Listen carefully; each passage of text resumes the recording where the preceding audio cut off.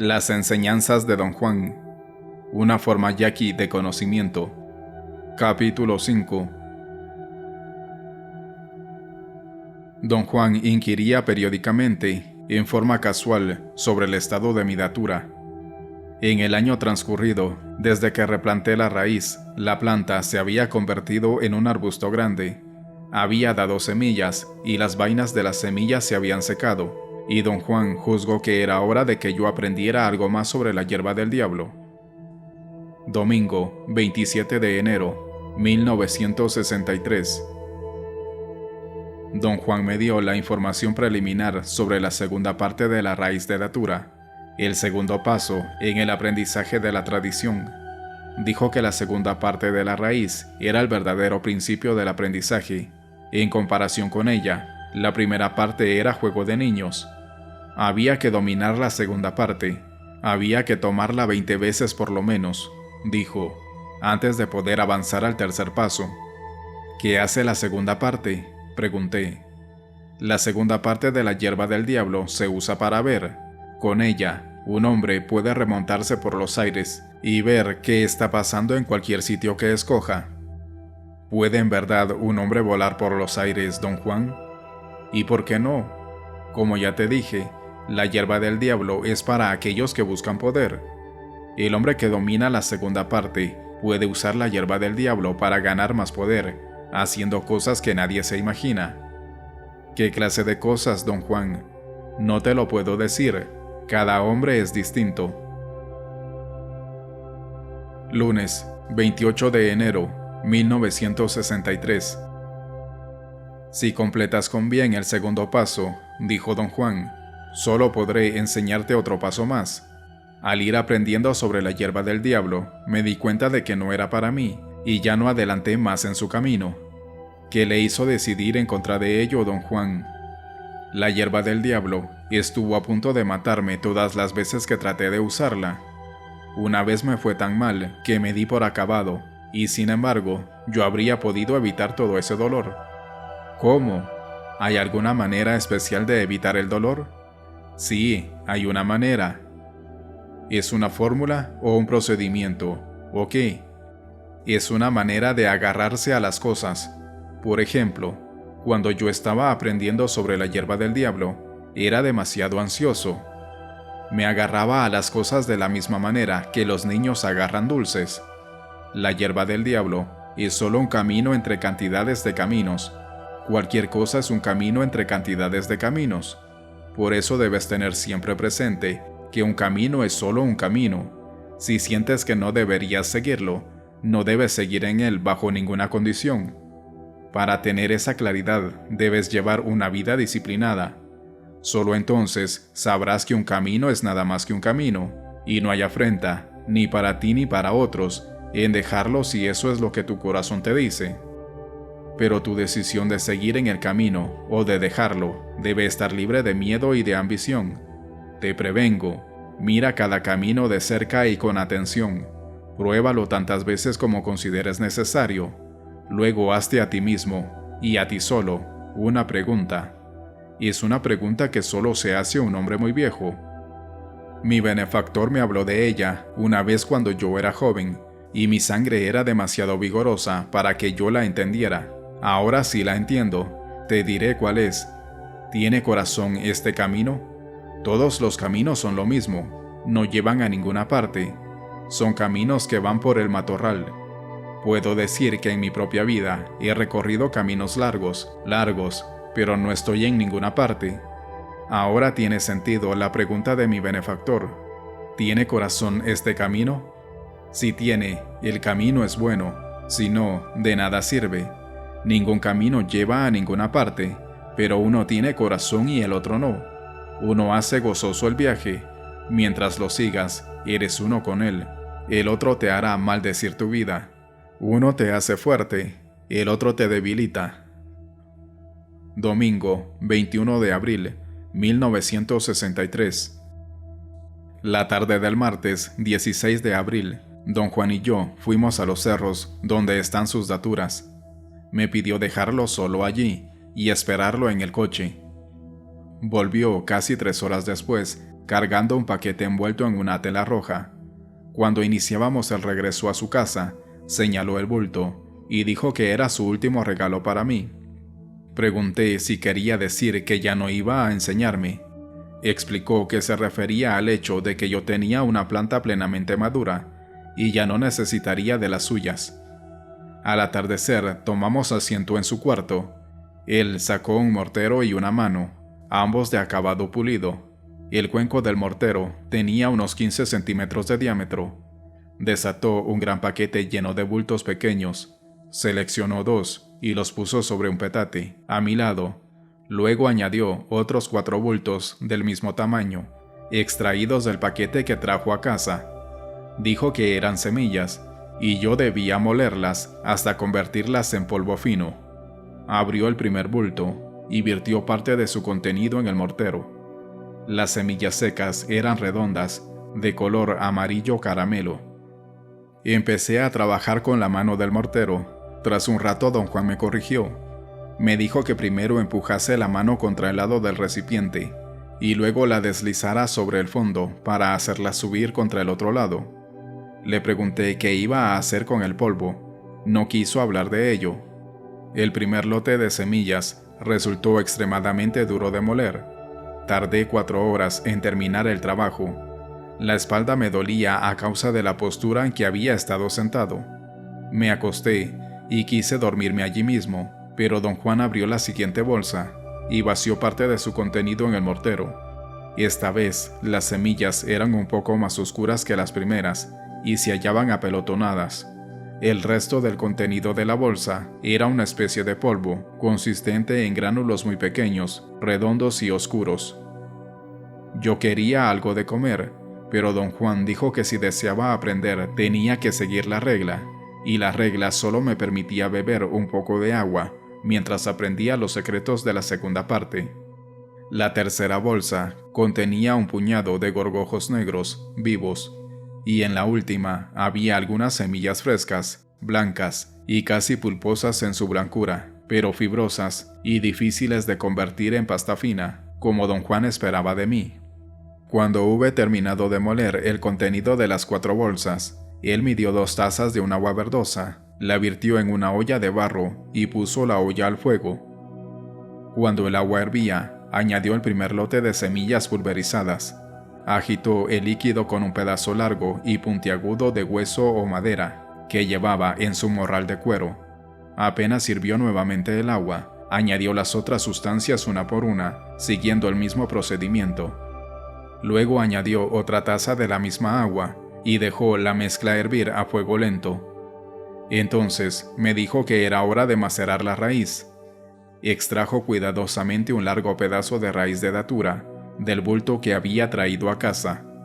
La raíz tenía unos 40 centímetros de largo. Era gruesa, como de 4 centímetros de diámetro. Dijo que era la segunda parte, y también la había medido él, porque aún era su raíz. La próxima vez que yo probara la hierba del diablo, dijo, tendría que medir mi propia raíz. Empujó hacia mí el gran mortero y procedí a macerar la raíz exactamente como él había hecho con la primera parte. Me guió a través de los mismos pasos y nuevamente dejamos la raíz macerada remojándose en agua, expuesta al sereno. Para entonces, la mezcla hirviente se había solidificado en la olla de barro. Don Juan retiró la olla del fuego, la puso dentro de una red y la colgó de una viga a mitad del aposento. El 17 de abril, a eso de las 8 de la mañana, don Juan y yo empezamos a colar con agua el extracto de raíz. Era un día claro, soleado, y don Juan interpretó el buen tiempo como augurio de que yo le simpatizaba a la hierba del diablo. Dijo que, conmigo allí, nada más se acordaba de lo mala que la hierba había sido con él. El procedimiento que seguimos para filtrar el extracto de raíz fue el mismo que yo había observado para la primera parte. Al atardecer, tras vaciar el agua de encima por 8ª vez, quedó en el fondo del recipiente una cucharada de sustancia amarillenta. Volvimos al cuarto de don Juan, donde aún había 2 bolsitas sin tocar. Abrió una, metió la mano y con la otra plegó el extremo abierto en torno de su muñeca. Parecía estar sosteniendo algo, a juzgar por la forma como su mano se movía dentro de la bolsa.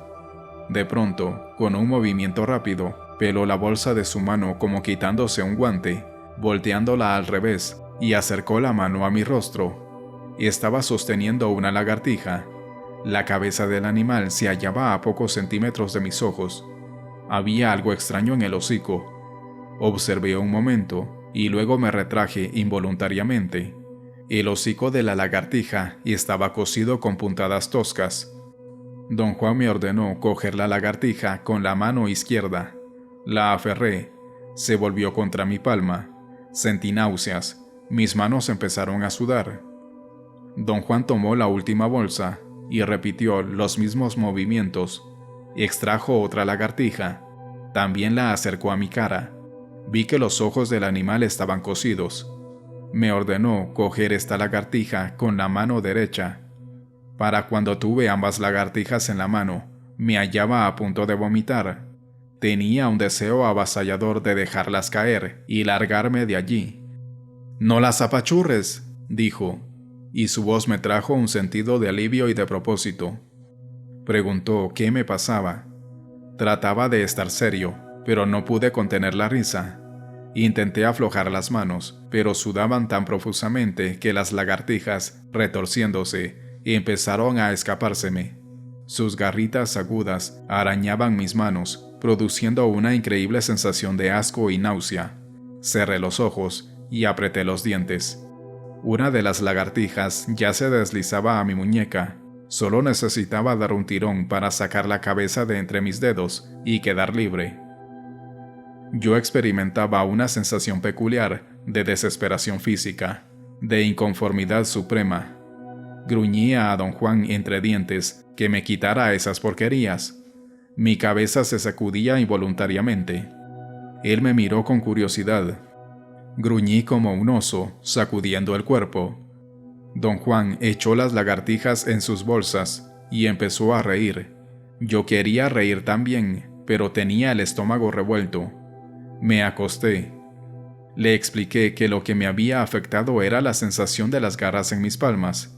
Él dijo que muchas cosas podían volver loco a un hombre, sobre todo si no tenía la decisión y el propósito necesario para aprender. Pero cuando un hombre poseía una intención clara y recia, los sentimientos no resultaban en modo alguno un obstáculo, pues era capaz de controlarlos. Don Juan esperó un rato entonces. Repitiendo los mismos movimientos, me entregó de nuevo las lagartijas. Me dijo que alzara sus cabezas y las frotara suavemente con mis sienes, mientras les preguntaba cualquier cosa que quisiera saber. Al principio no comprendí qué deseaba de mí. Me dijo otra vez que preguntara a las lagartijas cualquier cosa que yo no pudiese averiguar por mí mismo. Me dio toda una serie de ejemplos. Yo podía descubrir cosas sobre personas que por lo común no veía, o sobre objetos perdidos, o sobre sitios que no conociera. Entonces advertí que se refería a la adivinación. Me puse muy excitado. Mi corazón empezó a latir con fuerza. Sentí que perdía el aliento.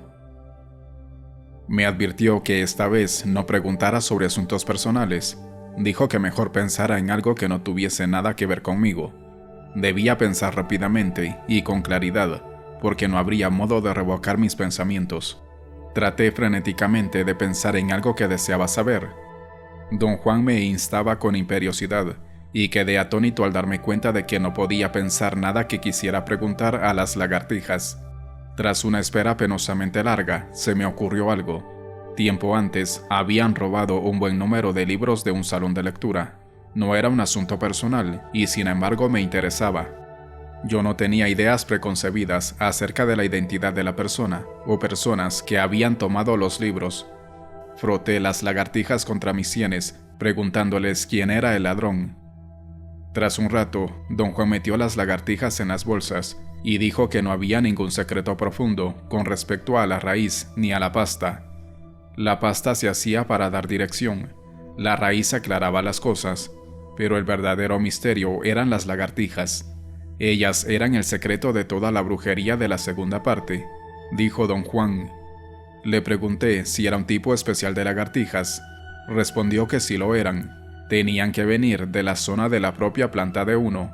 Tenían que ser amigas de uno. Y para trabar amistad con las lagartijas, había que cultivarla un largo periodo. Había que desarrollar una fuerte amistad con ellas, dándoles comida y hablándoles con bondad. Pregunté por qué era tan importante su amistad. Don Juan dijo que las lagartijas solo se dejan capturar si conocen al hombre, y quien tomara en serio la hierba del diablo debía tratar con seriedad a las lagartijas. Dijo que, como regla, las lagartijas debían cogerse después de que la pasta y la raíz estuvieran preparadas. Debían cogerse al atardecer. Si uno no estaba en confianza con las lagartijas, dijo, podía pasarse días tratando, sin éxito, de cogerlas, y la pasta solo duraba un día. Luego me dio una larga serie de instrucciones concernientes al procedimiento a seguir, una vez capturadas las lagartijas. Una vez que hayas cogido las lagartijas, ponlas en bolsas separadas. Luego saca a la primera y háblale. Discúlpate por causarle dolor y ruégale que te ayude, y cósele la boca con una aguja de madera. Haz la costura con fibras de ágave y una espina de cholla. Aprieta bien las puntadas. Luego dile las mismas cosas a la otra lagartija y cósele los párpados. A la hora en que la noche empiece a caer, estarás listo. Toma la lagartija de la boca cocida y explícale el asunto del que quieres saber. Pídele que vaya a ver por ti. Dile que tuviste que coserle la boca para que se apure a volver y no hable con nadie más. Déjala revolcarse en la pasta después de que se la embarres en la cabeza. Luego ponla en el suelo. Si toma la dirección de tu buena fortuna, la brujería saldrá bien y fácil. Si agarra la dirección contraria, saldrá mal. Si la lagartija se acerca a ti, hacia el sur, puedes esperar mejor suerte que de costumbre. Pero si se aleja de ti, hacia el norte, la brujería será terriblemente difícil. Puedes hasta morir. De modo que si se aleja de ti, estás a tiempo de rajarte. A estas alturas puedes tomar la decisión de rajarte.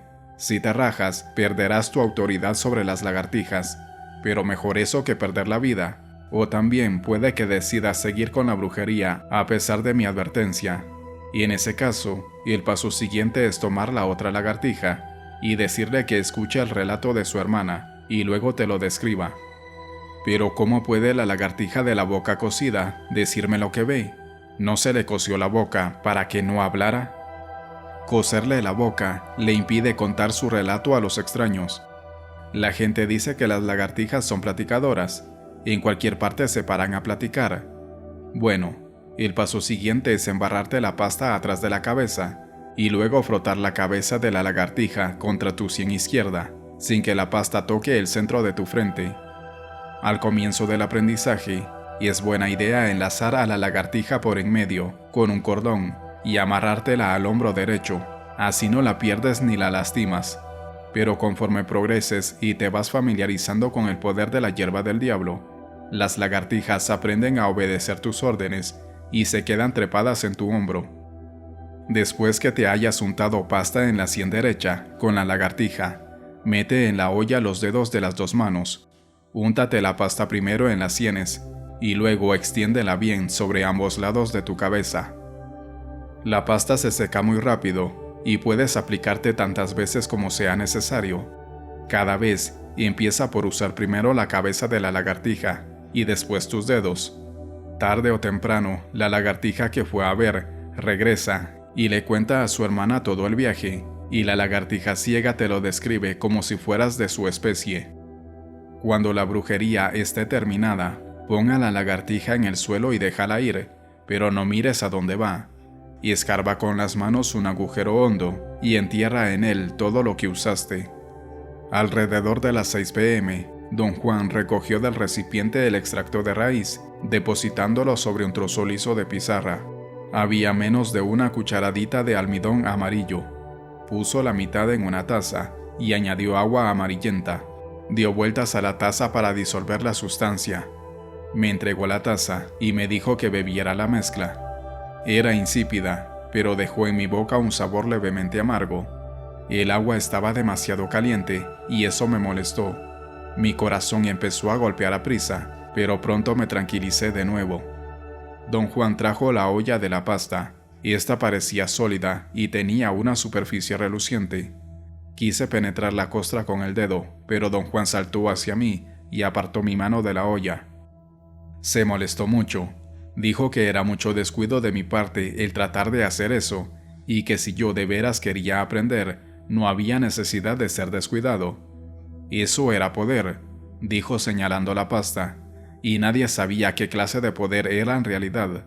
Era suficiente injuria, ya que nos metiéramos con él para nuestros propios fines, algo que no podemos evitar porque somos hombres, dijo, pero al menos sabía que tratarlo con el debido respeto. La mezcla semejaba a avena cocida. Al parecer tenía almidón suficiente para darle esa consistencia. Don Juan me pidió traer las bolsas con las lagartijas. Tomó la lagartija del hocico cocido y me la entregó cuidadosamente. Me hizo cogerla con la mano izquierda y me dijo que tomara con el dedo un poco de la pasta y la frotara en la cabeza de la lagartija, y luego pusiera a la lagartija en la olla y la sostuviera allí hasta que la pasta cubriese todo su cuerpo. Luego me indicó sacar a la lagartija de la olla. Recogió la olla y me guió a una zona rocosa no demasiado lejos de su casa. Señaló una gran roca y me dijo que me sentara frente a ella, como si fuera mi datura, y sosteniendo la lagartija frente a mi rostro, le explicara nuevamente lo que deseaba saber y le rogara ir a buscarme la respuesta. Me aconsejó decir a la lagartija que sentía haber tenido que causarle molestias y prometerle que a cambio sería bueno con todas las lagartijas, y luego me indicó sostenerla entre los dedos tercero y cuarto de mi mano izquierda, donde una vez él hizo un corte, y bailar alrededor de la roca, haciendo exactamente lo que había hecho al replantar la raíz de la hierba del diablo. Me preguntó si recordaba cuánto había hecho entonces. Dije que sí. Subrayó que todo tenía que ser exactamente igual, y que si no me acordaba, debía esperar hasta que todo se hallase claro en mi memoria. Me advirtió con gran apremio que si actuaba en forma precipitada, sin deliberar, me haría daño a mí mismo. Su última indicación fue que yo pusiera en tierra a la lagartija del hocico cocido y observara hacia dónde se iba, para poder determinar el resultado de la experiencia. Dijo que yo no debía apartar los ojos de la lagartija ni por un instante, pues una treta común de las lagartijas era distraerlo a uno y luego salir corriendo. Todavía no acababa de oscurecer. Don Juan miró al cielo. «Te dejo solo», dijo, y se alejó. Seguí todas sus instrucciones y luego puse a la lagartija en el suelo. La lagartija permaneció inmóvil donde la dejé. Luego me miró y corrió a las rocas hacia el este y desapareció entre ellas. Me senté en el suelo frente a la roca como si estuviera ante mi planta. Una profunda tristeza me invadió. Me pregunté por la lagartija del hocico cocido. Pensé en su extraño viaje y en cómo me miró antes de correr. Era un pensamiento extraño, una proyección molesta. A mi modo yo también era una lagartija realizando otro viaje extraño. Mi destino, ¿acaso era solo el deber? Y en ese momento sentía que nunca me sería posible decir lo que había visto. Para entonces ya estaba muy oscuro. Apenas podía ver las rocas que estaban frente a mí. Pensé en las palabras de don Juan. El crepúsculo. Allí está la rendija entre los mundos. Tras largo titubeo empecé a seguir los pasos prescritos. Aunque la pasta parecía avena cocida, no tenía ese tacto. Era muy lisa y fría. Olía en forma peculiar, acre. Producía en la piel una sensación de frescura y se secaba rápidamente. Me froté las sienes 11 veces, sin notar efecto alguno. Traté con mucho cuidado de tomar en cuenta cualquier cambio de percepción o estado de ánimo, pues ni siquiera sabía qué anticipar. De hecho, no era yo capaz de concebir la naturaleza de la experiencia, e insistía en buscar pistas. La pasta se había secado y desprendido en escamas de mis sienes. Estaba a punto de untarme más cuando advertí que me hallaba sentado sobre los tobillos, a la japonesa. Había estado sentado con las piernas cruzadas y no recordaba haber cambiado de postura. Tardé algún tiempo en tomar plena conciencia de que me encontraba sobre el piso de una especie de claustro con arcadas altas. Pensé que eran ladrillos, pero al examinarlas vi que eran de piedra. Y esta transición fue muy difícil. Sobrevino tan repentinamente que yo no estaba listo para seguirla. Mi percepción de los elementos de la visión era difusa, como si soñara. Pero los componentes no cambiaban. Permanecían fijos, y yo podía detenerme junto a cualquiera de ellos y examinarlo concretamente. La visión no era tan clara ni tan real como una inducida por el peyote. Tenía un carácter nebuloso, un matiz pastel intensamente placentero. Me pregunté si podría levantarme o no, y enseguida noté que me había movido, y estaba en la parte superior de una escalera, y H, una amiga mía, se hallaba al pie de ella. Sus ojos eran febriles. Había en ellos un brillo de locura, con tal intensidad que resultó aterradora su risa. Y empezó a subir la escalera. Quise huir o refugiarme, porque ella había estado chiflada una vez. Ese fue el pensamiento que acudió a mi mente. Me oculté detrás de una columna, y H pasó ante mí sin mirar. Ahora se va a un largo viaje. Fue otro pensamiento que se me ocurrió entonces, y finalmente la última idea que recordé fue: se ríe cada vez que está a punto de tronar. De pronto la escena se hizo muy clara. Ya no era como un sueño, era como una escena común, pero yo parecía estar viéndola a través de un cristal. Traté de tocar una columna, pero todo cuanto noté fue que no podía moverme. Sin embargo, sabía que podía quedarme cuanto quisiera contemplando la escena. Estaba en ella, pero no era parte de ella. Sentí que levantaba un dique de pensamientos y argumentos racionales. Me hallaba, hasta donde podía juzgar, en un estado ordinario de conciencia sobria. Cada elemento pertenecía al terreno de mis procesos normales, y sin embargo, yo sabía que no se trataba de un estado ordinario. La escena cambió súbitamente. Era de noche. Me encontraba en el vestíbulo de un edificio. La oscuridad dentro del edificio me hizo consciente de que en la escena anterior la luz del sol tenía una hermosa claridad, pero había sido algo tan común que en ese momento no lo advertí. Al seguir mirando la nueva visión, vi a un joven salir de un cuarto con una mochila grande sobre los hombros. Yo no sabía quién era, aunque lo había visto una o dos veces. Pasó frente a mí y descendió las escaleras. Para entonces, yo había olvidado mi aprensión, mis dilemas racionales. ¿Quién es ese tipo?, pensé.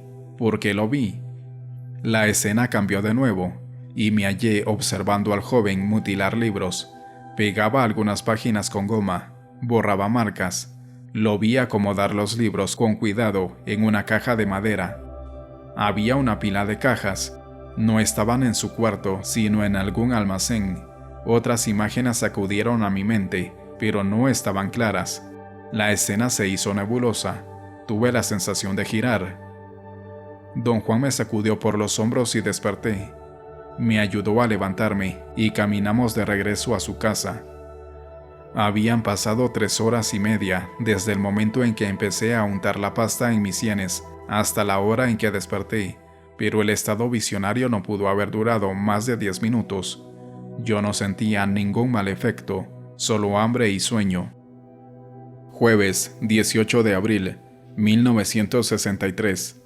Don Juan me pidió anoche describir mi reciente experiencia, pero yo estaba demasiado adormecido para hablar de ella. No podía concentrarme. Hoy, apenas desperté, repitió su petición. ¿Quién te dijo que esta muchacha H había estado chiflada?, preguntó cuando terminé mi historia. Nadie, fue solo uno de los pensamientos que tuve. ¿Crees que eran tus pensamientos? Le dije que eran mis pensamientos, aunque yo no tenía motivo para pensar que H hubiese estado enferma. Eran pensamientos extraños, parecían brotar en mi mente surgidos de ninguna parte. Don Juan me miró inquisitivo. Le pregunté si no me creía. Rió y dijo que mi costumbre era ser descuidado con mis actos. ¿Qué hice mal, don Juan? Debiste haber escuchado a las lagartijas. ¿Cómo debí escuchar? La lagartija encima de tu hombro te estaba diciendo todo lo que veía su hermana. Te estaba hablando, te estaba diciendo todo, y tú no hiciste caso. En cambio, creíste que las palabras de la lagartija eran tus propios pensamientos. Pero si eran mis propios pensamientos, don Juan. No lo eran. Esa es la naturaleza de esta brujería. Para decirte la verdad, la visión es más para escucharse que para mirarse. Lo mismo me pasó a mí, y estaba a punto de advertírtelo cuando recordé que mi benefactor no me lo advirtió a mí tampoco. ¿Fue su experiencia como la mía, don Juan? No, la mía fue un viaje infernal. Casi me muero. ¿Por qué fue infernal? A lo mejor porque yo no le caía bien a la hierba del diablo, o porque no tenía claro lo que quería preguntar. Como tú ayer, has de haber estado pensando en esa muchacha cuando preguntaste por los libros. No me acuerdo de eso. Las lagartijas nunca yerran, toman cada pensamiento como una pregunta. La lagartija volvió y te dijo cosas de H que nadie podrá entender jamás, porque ni siquiera tú sabes cuáles eran tus pensamientos. ¿Y la otra visión que tuve? Tus pensamientos han de haber estado firmes cuando hiciste esa pregunta, y así es como hay que conducir esta brujería, con claridad. O sea que la visión de la muchacha no debe tomarse en serio. ¿Cómo puede tomarse en serio si no sabes qué preguntas estaban contestando las lagartijas? ¿Sería más claro para la lagartija si uno hiciera una sola pregunta? Sí, sería más claro, si pudiera sostener con firmeza un solo pensamiento. Pero ¿qué ocurriría, don Juan, si la única pregunta no fuese sencilla? Mientras tu pensamiento sea firme y no se meta en otras cosas, es claro para las lagartijas, y entonces su respuesta es clara para ti. ¿Puede uno hacer más preguntas a las lagartijas mientras va avanzando en la visión? No, la visión es para mirar lo que las lagartijas te estén diciendo. Por eso dije que es una visión para oír más que una visión para ver. Por eso te pedí tratar asuntos no personales. Por lo general, cuando la pregunta trata de personas, tu ansia de tocarlas o de hablarles es demasiado fuerte, y las lagartijas dejan de hablar, y la brujería se deshace. Deberás saber mucho más que ahora, antes de querer ver cosas que te conciernan en lo personal. La próxima vez debes escuchar con cuidado, y estoy seguro de que las lagartijas te dijeron muchas cosas, pero no estabas escuchando. Viernes, 19 de abril, 1963. ¿Qué son todas las cosas que molí para la pasta, don Juan? Semillas de hierba del diablo y los gorgojos que viven en las semillas. La medida es un puño de cada cosa. Ahuecó la mano derecha para mostrarme cuánto. Le pregunté qué ocurría si un elemento se usara solo, sin lo demás. Dijo que tal procedimiento solo produciría el antagonismo de la hierba del diablo y de las lagartijas. No debes enemistarte con las lagartijas, dijo, porque al otro día, cuando esté atardeciendo, tienes que regresar al sitio de tu planta. Háblales a todas las lagartijas y pide que salgan otra vez a las 2 que te ayudaron en la brujería. Busca por todas partes hasta que esté oscuro. Si no puedes hallarlas, debes intentarlo de nuevo al otro día. Si eres fuerte, hallarás a las 2, y entonces tendrás que comértelas allí mismo, y tendrás por siempre la facultad de ver lo desconocido. Ya nunca necesitarás coger lagartijas para practicar esta brujería. Vivirán dentro de ti desde entonces. ¿Qué hago si nada más encuentro una? Si nada más encuentras una, deberás dejarla ir al final de tu búsqueda. Si la encuentras el primer día, no la guardes con la esperanza de coger a la otra al siguiente día, y eso nada más echaría a perder tu amistad con ellas. ¿Qué sucede si no puedo hallarlas para nada? Creo que eso sería lo mejor para ti. Quiere decir que debes coger 2 lagartijas cada vez que necesites su ayuda, pero también quiere decir que eres libre de ser esclavo de la hierba del diablo. Si las lagartijas viven dentro de ti, la hierba del diablo no te dejará jamás. ¿Y es malo eso? Claro que es malo, te apartará de todo lo demás, tendrás que pasar la vida cultivándola como aliado. Y es posesiva, una vez que te domina solo hay un camino a seguir, el suyo. ¿Y si hallo muertas a las lagartijas? Si hayas muerta a una o a las 2, no debes tratar de hacer esta brujería durante un tiempo. Déjala descansar un rato.